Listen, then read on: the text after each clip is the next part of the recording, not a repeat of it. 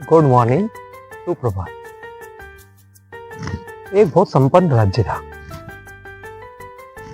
लेकिन वहां का राजा अपने आप को ब्रह्मांड का सबसे सर्वश्रेष्ठ मानता था। अब चूंकि इसके पहले का जो राजा था वो काफी पुराना हो चुका था, नियम अनुसार राजा बदला गया। अब जब ये नया राजा आया तो इसकी विभवता संपन्नता पाकर अपने शौक पूरे करने लग गया। उसने अपने हिसाब से कुछ मंत्री रखे। क्योंकि राजा स्वयं को बहुत समझदार समझता था, मंत्री उसके भी गुरु थे और खुद को डबल समझते थे। दो ठगों को उस राज्य के बारे में पता चला। वो उस राज्य में गए, उन्होंने स्वयं को व्यापारी बताया। वो बाजार में खड़े होकर चिल्लाने लगे कि सबसे बढ़िया कपड़ा ले लो, सबसे उम्दा कपड़ा ले लो। इतना सुंदर वस्त्र कोई गधाई होगा जिसे ये वस्त्र दिखाई नहीं दे। हालांकि उनके हाथ में कुछ था नहीं, परंतु बात जब ऐसा होती कोई गधा ही नहीं होगा जिसको इन्हें नहीं दिखे। पूरे राज्य में ये बात फैल गई। बात फैलते फैलते राजा तक पहुंची।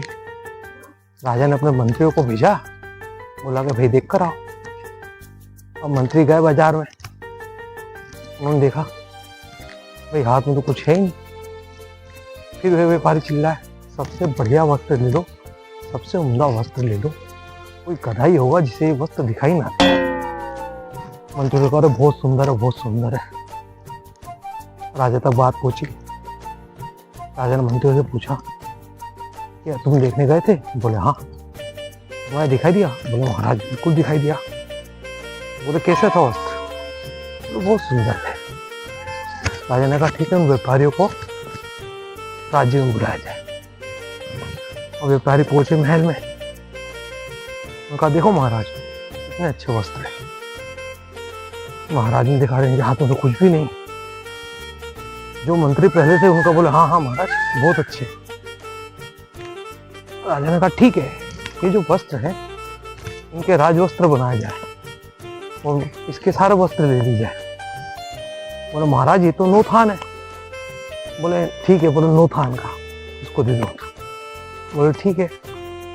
और राजा ने 8 दिन बाद उस व्यापारी को वापस बुलाया। बोले राजवस्त्र बन गए?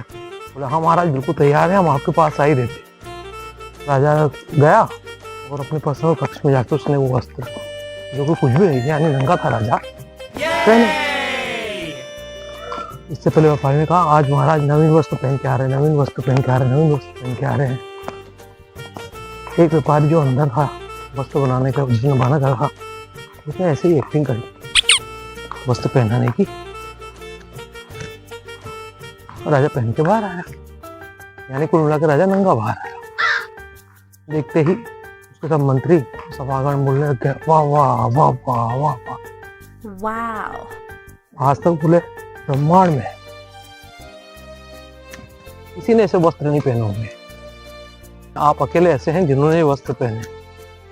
अब राजा ऐसे ही यानी नग्न अवस्था में अपने राज्य में भ्रमण के लिए निकला। पूरे राज्य में पहले बात फैला दी कि राजा आज नवीन वस्त्र पहनकर आ रहे हैं। सभी राज्यवासी, सभी निवासी, सभी को अपने प्राण प्रिय थे। महाराज को कौन नंगा बोल सकता है? तो उन्होंने कहा वाह वाह वाह वाह। लेकिन एक बच्चा बीच में आया, उसने भेद खोल दिया। उसने कहा अरे राजा तो नंगा है। उस समय राजा को समझ में आया, लाज लज्जा से बोले यार मैं तो ठगा गया हूँ। और वो तुरंत अपने राजमहल की तरफ लौट गया। लेकिन उसने एक शब्द जिसे नग्न कहा जाता था तो बैन लगा दिया कि आप किसी वस्त्रहीन को नग्न नहीं, उसको बोलोगे कि उसने दिव्य वस्त्र धारण करे। और हाँ, इस बात का किसी राजा से लेना देना नहीं है। बच्चे बता रहे हैं कि राजा नंगा है, लेकिन राजा साहब और उनके साथी बोल रहे हैं नहीं, नंगे तक है ना अपराध।